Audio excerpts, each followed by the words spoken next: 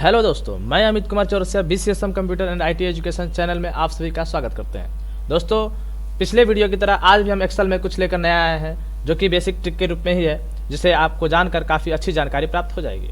तो बिना देर के हुए दोस्तों शुरू करेंगे, लेकिन उससे पहले दोस्तों अगर आप हमारे चैनल पर नए हैं तो प्लीज़ हमारे चैनल को सब्सक्राइब करें, लाइक करें और वीडियो पसंद आए तो शेयर भी करें। तो चलते हैं दोस्तों, आज का जो हमारा टॉपिक है वो है कुछ बेसिक फंक्शनों को लेकर। आज भी हम बेसिक फंक्शन को ही लेकर आए हैं, जिसमें minimum, maximum, average, sum, count, counta, square root, mode, even, इस तरह के बहुत बेसिक फार्मूले हैं जिनके बारे में हम आपको बताने वाले हैं। सबसे पहले हम बात करते हैं मिनिमम फंक्शन का। मिनिमम फंक्शन क्या होता है हम आपको दिखाते हैं। सबसे पहले आपको क्या करना है, जैसे कुछ नंबर लिख लेना है। नंबर हमारा कुछ इस प्रकार से हो सकता है, ठीक है।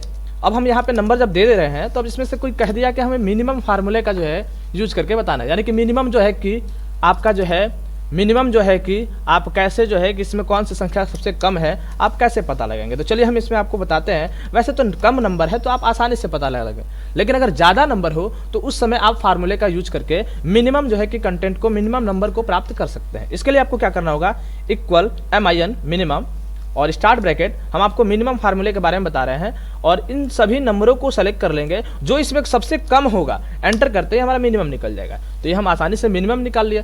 अब इसी प्रकार से हम मैक्सिमम को भी निकालेंगे। मैक्सिमम का मतलब होता है अधिक वाली संख्या जो होती है उसके बारे में। तो सबसे पहले हमें क्या करना होता है, इक्वल, वैसे जैसे हम मिनिमम को निकाले हैं वैसे इसको भी निकालेंगे। Equal maximum start bracket and क्या करेंगे, हम सभी नंबरों को फिर से यहाँ पे सेलेक्ट करेंगे और जो है कि हम क्या करेंगे कि यहाँ पे सबको सेलेक्ट करके और एंटर कर देंगे, ठीक है ना। अब आप देखेंगे कि हमारा मैक्सिमम संख्या भी आ गया है। अब इस प्रकार से मैक्सिमम बता दिया और मिनिमम भी बता दिया। अब एवरेज निकालना है। एवरेज कैसे निकालेंगे, तो इसके लिए भी हमें वैसे ही करना है। क्या करना है, इक्वल करना है, एवरेज करना है और स्टार्ट ब्रैकेट करना है। और अब आपको यहाँ पे क्या करना है, इसको सबको सेलेक्ट करना है जिससे कि हमें औसत ज्ञात हो जाएगा।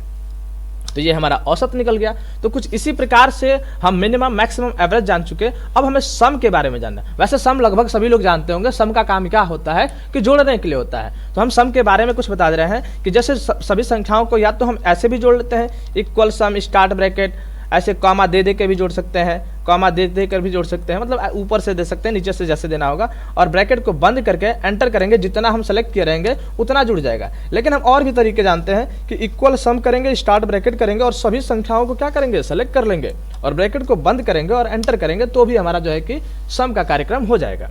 अब हम इसी के साथ चलते हैं काउंट फार्मूले की तरफ। काउंट फार्मूले का यूज हम किस लिए करते हैं, तो सिंपल सा, जितना नंबर हमने लिखा है उसको केवल काउंट करता है कि आपने कितना नंबर लिखा है। तो हम आपको बताते हैं, इक्वल करते हैं, काउंट करते हैं, अब स्टार्ट ब्रैकेट करते हैं और यहाँ पे जो है सभी नंबरों को सेलेक्ट करते हैं, ब्रैकेट को बंद करते हैं, एंटर करेंगे। तो यहाँ पे हम आपको बता रहे हैं कि 7 बार हम नंबर लिखे हैं, ठीक है। तो ये काउंट फार्मूले का यूज होगा। बगल में काउंटा भी करके दिखा देते हैं आपको। अब काउंटा और काउंट में क्या अंतर होता है, जैसे हम आपको दिखाते हैं काउंटा फार्मूले का भी यूज। काउंटा में हम क्या करते हैं, काउंटा यहाँ बगल में हम दे रहे हैं और यहाँ पे जो है सेलेक्ट करते हैं और एंटर करते हैं, तो इसमें 7 आ रहा है। लेकिन काउंटा में क्या होता है कि अगर अल्फाबेट भी हम देते हैं तो उसको भी काउंट करता है। काउंटा में अगर हम यहाँ पे लिख देते हैं अमित, अगर हम यहाँ पे लिख देते हैं सुमित, तो देखिए वही चीज आपका जो है कि काउंटा में 7 का 7 ही रह रहा है, लेकिन आपके काउंट वाले में क्या हो रहा है कि केवल नंबर को काउंट कर रहा है, यानी कि टेक्स्ट को काउंट नहीं कर रहा है। तो ये चीज हो गया।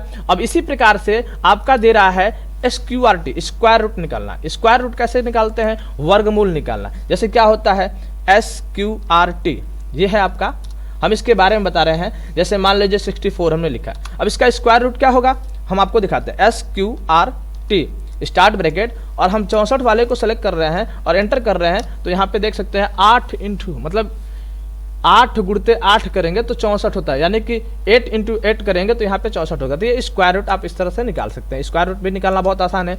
अब इसी तरह से मोड क्या होता है, मोड क्या होता है, जैसे मान लीजिए हम 2 संख्याओं में भाग देते हैं तो शेषफल ज्ञात होता है। शेषफल हमें ज्ञात करने के लिए हमें मोड फंक्शन का यूज करना पड़ता है। तो जैसे हम मान लीजिए अगर हमने 25 लिखा और 2 से हमने भाग दे दिया तो इसका शेषफल क्या आएगा, आप खुद सोचिए। वैसा तो इजी है आपके लिए, वही आप सीधा सीधा बता सकते हो, लेकिन उसे फार्मूले से करना है। तो इसके लिए हमें क्या करना होता है, इक्वल करेंगे, MOD करेंगे, स्टार्ट ब्रैकेट करेंगे और यहाँ पे हम नंबर को सेलेक्ट करेंगे और जिससे भाग देना होगा कॉमा देके हम यहाँ पे सेलेक्ट कर लेंगे, ब्रैकेट बंद, एंटर कर लेंगे। तो देखेंगे हमारा शेषफल भी ज्ञात हो चुका है। तो ये हमारा हो गया मोड फंक्शन का यूज। अब इसी प्रकार से हम आपको इवन और ऑड फंक्शन के बारे में बताते हैं। इवन का मतलब होता है सम संख्या ज्ञात करने के लिए, और का मतलब होता है विषम संख्या ज्ञात करने के लिए। जैसे मान लीजिए हमने 25 लिखा, 20 लिखा, 10 लिखा, 15 लिखा, यहाँ 18 लिख दिए, 16 लिख दिए, या जो भी हमको लिखना होगा हमने यहाँ पे लिख दिया। लिखने के बाद हम यहाँ इवन फार्मूले का यूज बताते हैं। इवन का मतलब होता है सम संख्या में ज्ञात करेगा। हम जैसे 25 क्या है, विषम संख्या है, क्योंकि ये 2 से कटेगा नहीं, एंटर करके क्या हुआ, सम संख्या मिला दिया। तो अगर हमने एक बार दे दिया और नीचे की तरफ ड्रा कर देंगे तो देखेंगे जो सम संख्या उसको सम संख्या छोड़ दिया, लेकिन जो विषम संख्या है उसको क्या किया, देखिए यहाँ 15 है तो इसको क्या किया, 16 कर दिया। ये आपका इवन का काम होता है। अगर वही चीज हम ऑड का यूज करके देखें तो इक्वल ऑड, ऑड का काम क्या होता है, तो सम संख्याओं को विषम संख्याओं में बदलने का काम करता है। तो हमने इसको भी सेलेक्ट किया, ब्रैकेट को बंद किया, एंटर किया, तो ये हमारा जो है विषम संख्या ज्ञात हो जाता है। तो कुछ इस तरह की सुविधाएं होती हैं जिससे कि आप नॉर्मली टोटल सम संख्या या विषम संख्या को ज्ञात कर सकते हैं। तो आज के लिए दोस्तों बस इतना ही, मिलते हैं फिर अगले वीडियो में। लेकिन उससे पहले एक बार फिर से कहना चाहेंगे दोस्तों, अगर आप हमारे चैनल पर नए हैं तो प्लीज़ हमारे चैनल को सब्सक्राइब करें तथा वीडियो पसंद आए तो उसे लाइक और शेयर भी करें। नमस्कार दोस्तों, नमस्ते।